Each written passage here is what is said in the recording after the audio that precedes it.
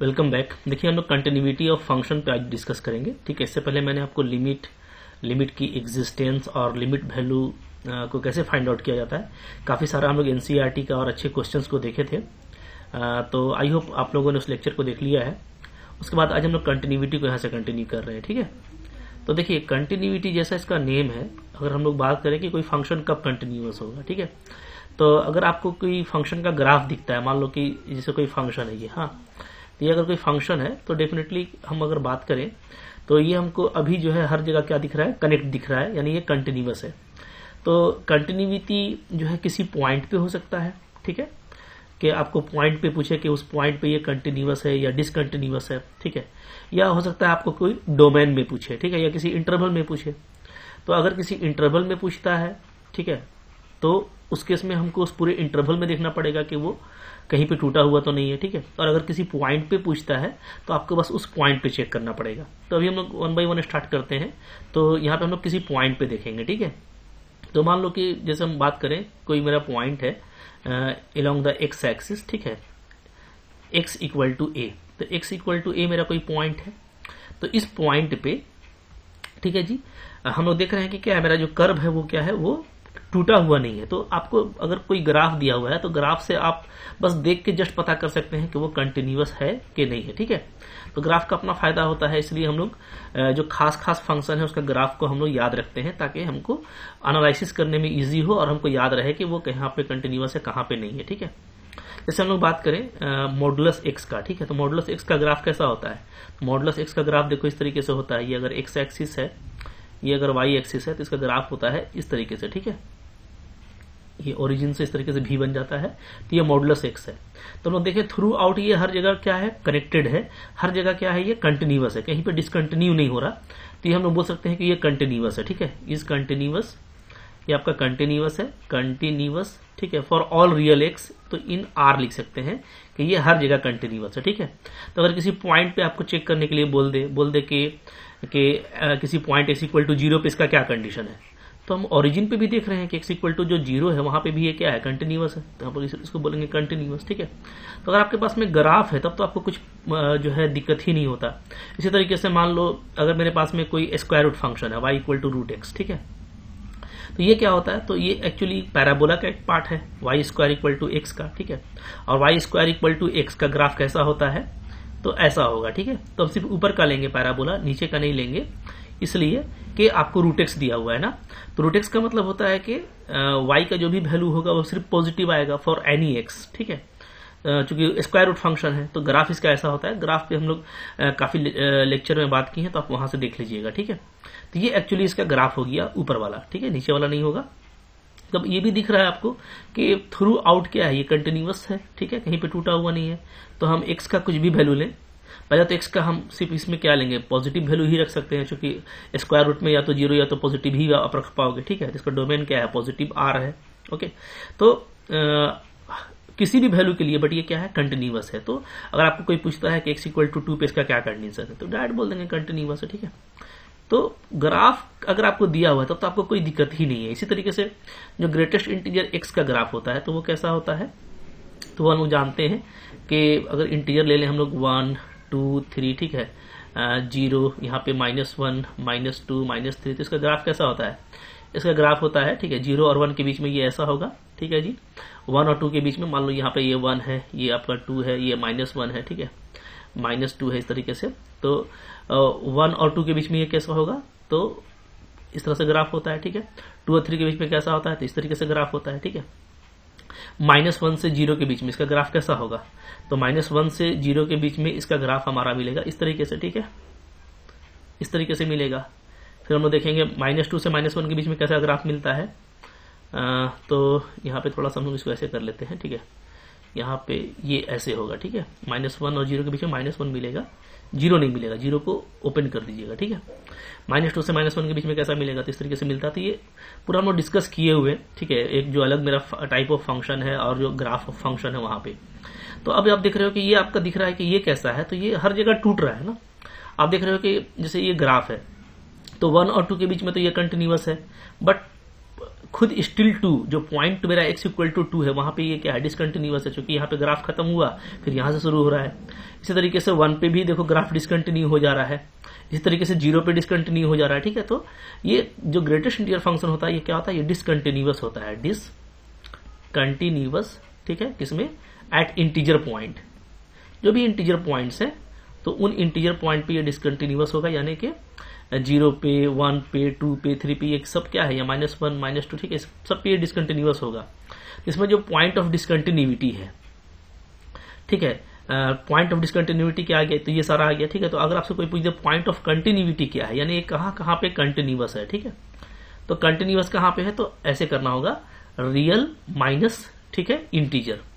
मतलब जो real minus integer का मतलब क्या है, जो फ्रैक्शनल पॉइंट है, यानी 1 और 2 के बीच में जो भी पॉइंट आएगा 1.1 1.2 1.99 तक, उस पे ये कंटिन्यूअस है, क्योंकि ग्राफ दिख रहा है। ठीक है, तो रियल माइनस इंटीजर यानी सारे रियल में इंटीजर को हटा दीजिए, तो ये सब पॉइंट को आप कह सकते हो कि आप हटा दो। ठीक है, यहाँ पे आप जैसे आप 1 को हटा दो, ठीक है, 2 को हटा दो, 3 को हटा दो, तो इंटीजर पॉइंट जहां पे ये डिसकंटिन्यूअस है उसको हटा देंगे, तो बाकी पॉइंट पे ये क्या है, कंटिन्यूअस है, क्योंकि उस दोनों के बीच में आपको एक ही ग्राफ मिल रहा है जो कि कंटिन्यूअस है, टूट नहीं रहा। ठीक है, ये सारी बातें हैं कि ग्राफ से अगर आप बात करना चाहते हो।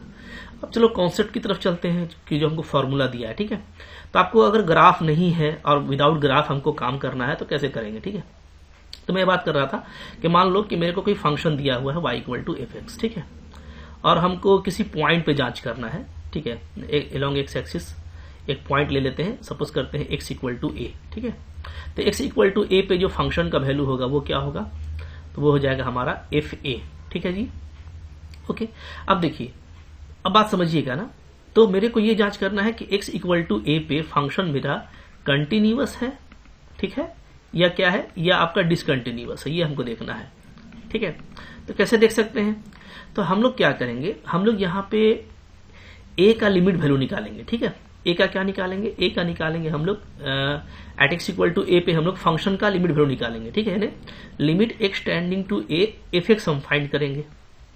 ठीक है, इससे क्या होगा, देखो, तो लिमिट वैल्यू का मतलब ये होता है कि हम इसको ये बताना चाह रहे हैं कि हम इसका लिमिट वैल्यू निकाल रहे हैं, यानी क्या, यानी हम x इक्वल टू a पे या हम राइट हैंड साइड से पहुंचे या हम लेफ्ट हैंड साइड से पहुंचे।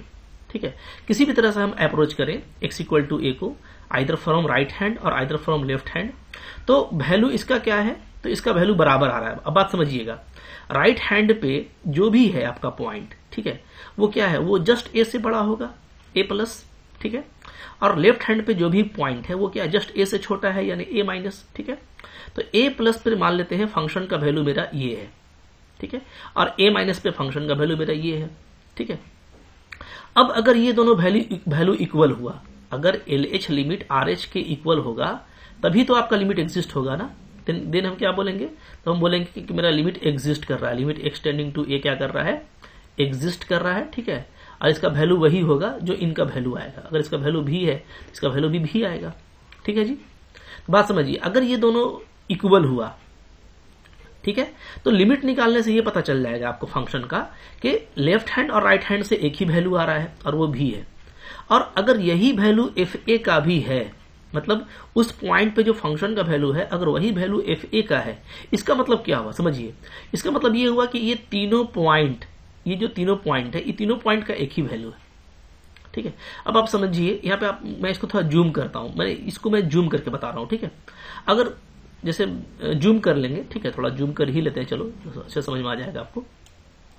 इसको मैं जूम कर लेता हूं, देखिए समझिए। ठीक है, तो जूम कर लेंगे, तो अब ये हो गया a, ये हो गया a प्लस, ठीक है, या a प्लस h लिख दो, ये हो गया a माइनस h। ठीक है, जहां h मेरा टेंडिंग टू 0 है तो ये a प्लस ही कहलाएगा, ये a माइनस कहलाएगा। ओके, अब मान लीजिए आपका फंक्शन कुछ भी है, मैं जूम किया हूं ना, ठीक है, तो यहाँ पे तीनों पर वैल्यू 1 आ रहा है, बात समझिएगा। ठीक है, a माइनस h पे फंक्शन का वैल्यू जो मिल रहा है मेरे को वही a पे मिल रहा है, वही a प्लस h पे मिल रहा है। ठीक है, तीनों का वैल्यू एक ही है।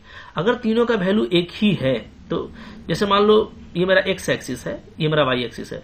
ठीक है, f a minus h, f a plus h और f a, ये तीनों एक ही है, का मतलब क्या है कि तीनों का वैल्यू एक ही है। ठीक है, अब देखिए, अगर मान लीजिए मेरा ग्राफ इस तरीके से था, इस तरीके से मेरा ग्राफ था, तो यहाँ पे तीनों का वैल्यू एक ही आ रहा है। एक ही आ रहा है का मतलब क्या है?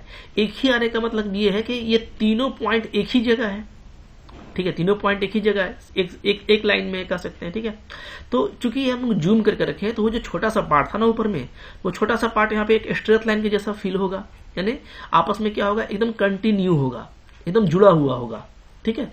तो हम लोग बिंदास कह देंगे कि पॉइंट ए पे फंक्शन क्या है, कंटिन्यूअस है, क्योंकि जो लिमिट वैल्यू है यानी ए के पास जब हम अप्रोच कर रहे हैं तो वो वही वैल्यू हमको मिल रहा है जो ए पर वैल्यू है, यानी सारी वैल्यू एक ही जगह आ रही है। दैट मीन्स क्या कि फंक्शन वहां पे ब्रेक किया हुआ नहीं है, ठीक है, क्योंकि ये तीनों एक ही पॉइंट पे आ गए, तो यानी क्या है, यहाँ पे ये कनेक्टेड है, तीनों एक ही जगह है, तो बीच का कोई गैप नहीं मिल रहा है ना। और चूंकि h मेरा टेंडिंग टू 0 है, तो a प्लस h जो है वो जस्ट क्या है, a के बाद का बिंदु है, a माइनस h क्या है, जस्ट a के पहले का बिंदु है। और तीनों पे फंक्शन का वैल्यू अगर बराबर आता है तो इसका मतलब है फंक्शन वहां पे क्या है, कंटिन्यूअस है, ठीक है, टूटा हुआ नहीं है, डिसकंटिन्यू नहीं हो रहा है। तो इसलिए डिफाइन करने के लिए जो हमारे पास में फॉर्मूला बन गया वो ये बन गया कि आप उस पॉइंट पे फंक्शन की लिमिट वैल्यू निकाल लो। अगर वो फंक्शन के एब्सोल्यूट वैल्यू पर, ठीक है, मान जिस पॉइंट पे आप काम कर रहे हो, अगर उस पॉइंट पे फंक्शन के वैल्यू के बराबर आ जाता है, इसका मतलब क्या है, फंक्शन आपका कंटिन्यूअस है। तो चलो इसका डेफिनेशन लिख देते हैं यहाँ पे, ठीक है। डेफिनेशन क्या देखिए बनेगा, तो डेफिनेशन देखिए यहाँ पे बनेगा इसका कंटिन्यूटी का, ठीक है। कैसे बनेगा देखो, ए फंक्शन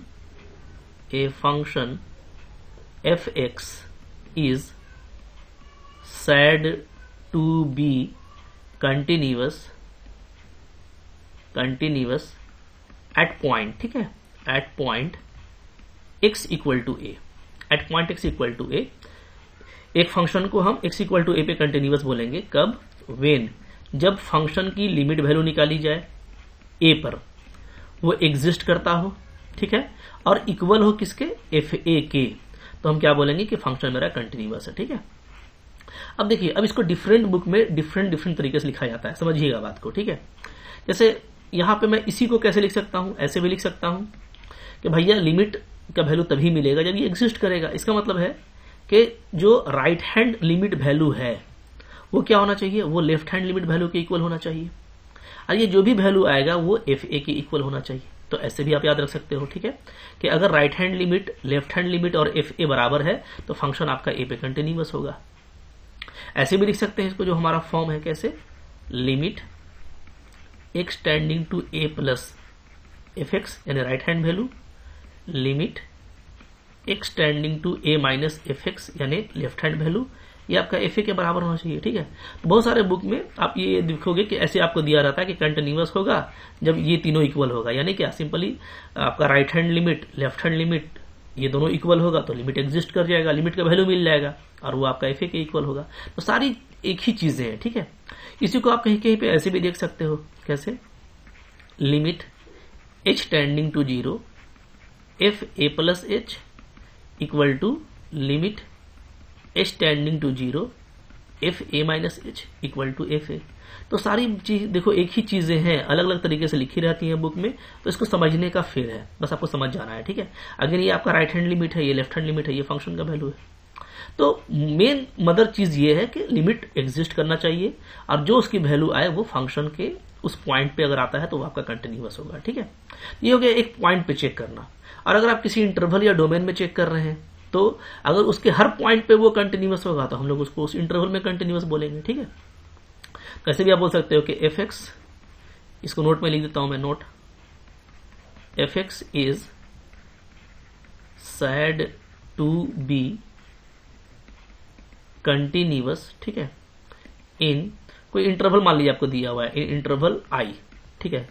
तो कब कंटिन्यूअस बोलेंगे, तो व्हेन इट इज कंटिन्यूअस, यानी फंक्शन जब आपका कंटिन्यूअस होगा, व्हेन इट इज कंटिन्यूअस, ठीक है, continuous, when it is continuous at every point of I, ठीक है। तो आप एक पॉइंट पे जांच करना जानते हो, तो आप इंटरवल अगर आपको चेक करना है किसी इंटरवल में, कोई इंटरवल आपको दिया हुआ है, मान लो 0 से 2 दिया हुआ है, 0 से लेकर 10 तक दिया हुआ है, ठीक है। तो एक इंटरवल है, इसमें बीच में बहुत सारा रियल पॉइंट आएगा, बहुत सारा आपका इंटीजर पॉइंट आएगा। तो अगर आपको इस इंटरवल में चेक करना है तो आप सिंपली ये देख लो कि ये बीच में कोई ऐसा पॉइंट तो नहीं है जहां पे ये डिसकंटिन्यूअस है। अगर बीच में कोई ऐसा पॉइंट नहीं है जहां पे ये डिसकंटिन्यूअस है तो हम इसको इस इंटरवल में क्या बोलेंगे, कंटिन्यूअस बोलेंगे। बात समझ में आ रही है, ठीक है। जैसे कि कोई भी पॉलिनोमियल है, आपका या स्क्वायर रूट फंक्शन है तो वो क्या होता है, रियल डोमेन में कंटिन्यूअस होता है, ठीक है, कहीं भी डिसकंटिन्यूअस नहीं होता, जैसे हम लोग देख चुके हैं ऊपर में x cube y equal to x cube का ग्राफ, ये पूरे डोमेन में आपका कंटिन्यूअस होता है, ठीक है, कहीं भी वो टूटता नहीं है, कहीं डिसकंटिन्यू नहीं होता है, तो पूरे इंटरवल में कंटिन्यूअस है। तो ये पता करना भी आपके लिए सिंपल रहेगा, ठीक है जी। अच्छा, अब देखो यहाँ पे एक इंपॉर्टेंट बात है, जैसे मैं आपको दिखाता हूँ एक एग्जांपल दे करके कि आप इस पे काम कैसे करते हो, ठीक है। जैसे मान लीजिए हम लोग एक यहाँ पे फंक्शन ले लेते हैं, फंक्शन में डिफाइन कर दे रहा हूँ, ठीक है, जो हम लोग का किया हुआ था मॉड x बाई एक्स, ठीक है, when x is not equal to 0 और 0 व्हेन x इज 0, ठीक है। अब आपको बोलता है कि क्या, या डिस्कस करने के लिए आपको मान लो बोल देगा कि discuss continuity of fx at x equal to 0। हालांकि ये मैं पहले बता चुका हूं, बट फिर से एक बार रिकॉल कर दे रहा हूं, आपको यहाँ पे इसका कंटिन्यूटी डिस्कस करना है, ठीक है। तो तरीका क्या होता है, देखो x नॉट इक्वल टू 0 का मतलब क्या है, x नॉट इक्वल टू 0 का मतलब ये है कि अगर मैं 0 पे बात कर रहा हूं, ठीक है, तो मैं 0 पर लिमिट वैल्यू निकाल सकता हूं, 0 को अप्रोच कर सकता हूं आइदर फ्रॉम राइट हैंड और फ्रॉम लेफ्ट हैंड, ठीक है। तो यानी अगर राइट हैंड से आते हैं तो हम वो वैल्यू लेंगे जहां पे x 0 से बड़ा होगा, और अगर लेफ्ट हैंड लेते हैं तो हम वो लेंगे जो यहाँ पे x 0 से छोटा होगा, ठीक है। तो आपका यहाँ पे x नॉट इक्वल टू 0 है, यानी कि इस केस में या तो x 0 से बड़ा है या तो x क्या है, 0 से छोटा है, ठीक है, दोनों केस यहीं पे मिलेगा हमको, जबकि 0 के लिए आपको अलग से दिया हुआ है। तो अब आप देखो, अगर मैं राइट हैंड निकालूंगा तो यहीं से निकालूंगा, लेफ्ट हैंड निकालूंगा तो यहीं से निकालूंगा, ठीक है। तो मैं क्या करता हूँ, पहले लिमिट निकालता हूँ इसका, तो मैं सबसे पहले निकाल रहा हूँ राइट हैंड लिमिट, ठीक है। तो आपको पता है लिमिट एक्सटेंडिंग टू 0, डायरेक्ट काम कर सकते हैं क्योंकि लेना है मेरे को यहां से, तो डायरेक्ट ले लीजिए, ठीक है, ये हो गया। अब देखो यहाँ पे चूंकि 0 प्लस होगा तो इसको ऐसे भी लिख सकते हैं हम लोग, लिमिट क्या 0 पे काम कर रहे हैं तो एक्सटेंडिंग टू 0 कर दीजिए, ठीक है जी। अच्छा, ये तो मतलब कि डायरेक्ट प्रॉपर्टी से कर सकते हैं, कोई इशू नहीं है, मैंने आपको बताया हुआ है ये प्रॉपर्टी क्या, कि मॉडुलस x जो होता है वो x होता है अगर x ग्रेटर देन 0 हो या इक्वल टू 0 हो, और माइनस x होता है अगर x लेस देन 0 हो, ठीक है। तो जब आप RH पे काम करेंगे तो RH में क्या होता है, x ग्रेटर देन 0 होता है, यानी ऊपर वाला x लिया जाएगा, तो मॉडुलस x के बदले क्या लेंगे हम लोग, x, और नीचे भी x है तो ये कट के आपका 1 आ जा रहा है, ठीक है। अगर हम लोग लेफ्ट हैंड लेते हैं तो लेफ्ट हैंड में क्या होता है, x tending to 0 minus, function वही रहेगा, ठीक है।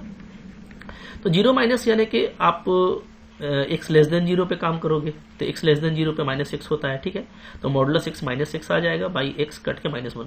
तो यहाँ पे क्या है कि ये दोनों बराबर नहीं है, क्या है, RHL LHL के बराबर नहीं है, यानी right hand limit is not equal to left hand limit.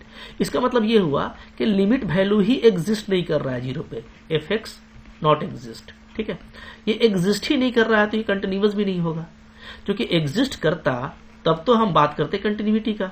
So fx is not continuous, या बोलो discontinuous at x equal to 0, क्योंकि ये लिमिट ही एग्जिस्ट नहीं कर रहा है।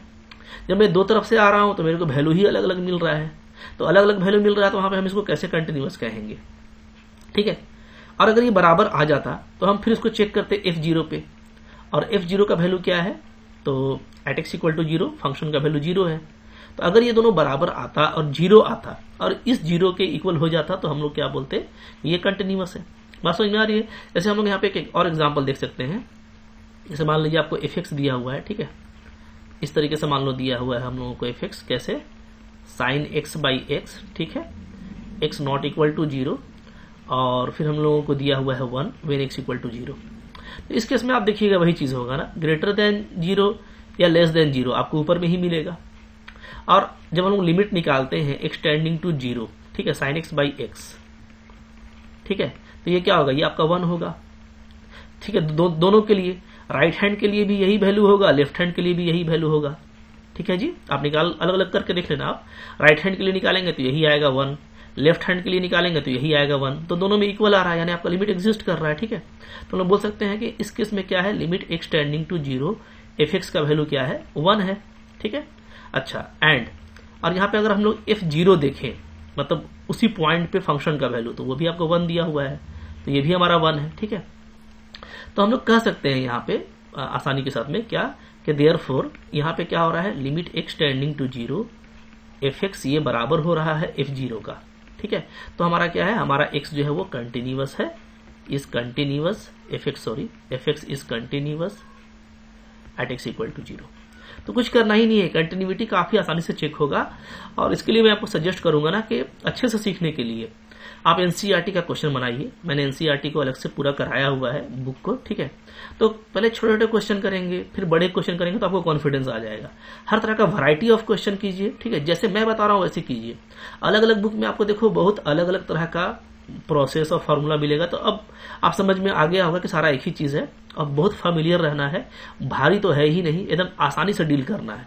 अब कोई रट्टा नहीं मारना, कुछ भी याद नहीं रखना, ठीक है। जैसे मैंने तरीका बताया है, लिमिट वैल्यू निकाल लो, एग्जिस्ट करता है तो उस पॉइंट पे फंक्शन की वैल्यू चेक कर लो, अगर बराबर है तो कंटिन्यूअस, अदरवाइज नॉट।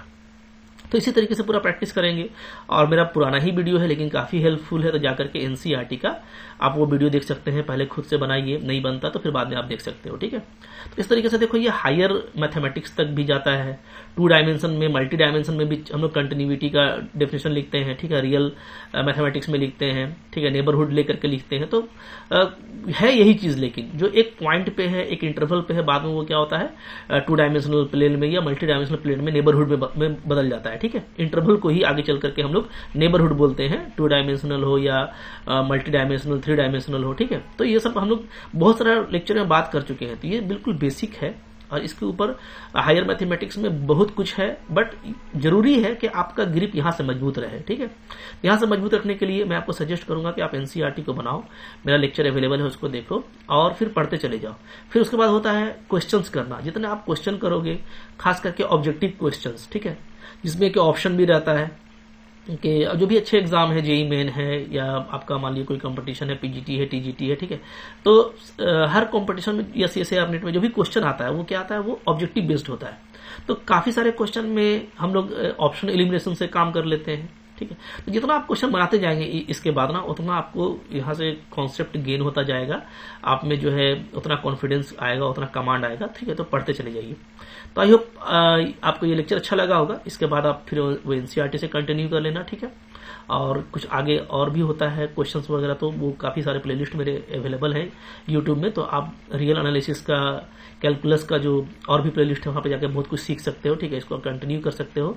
और कई जगह मैंने ग्राफ वगैरह और बहुत सारी चीजों पे बात किया है, लिमिट और ठीक है, उनको आसानी के साथ लॉजिकली फाइंड करने का, डिफरेंशिएबिलिटी से कनेक्टिविटी, सब सारे कुछ बात किया हुआ है।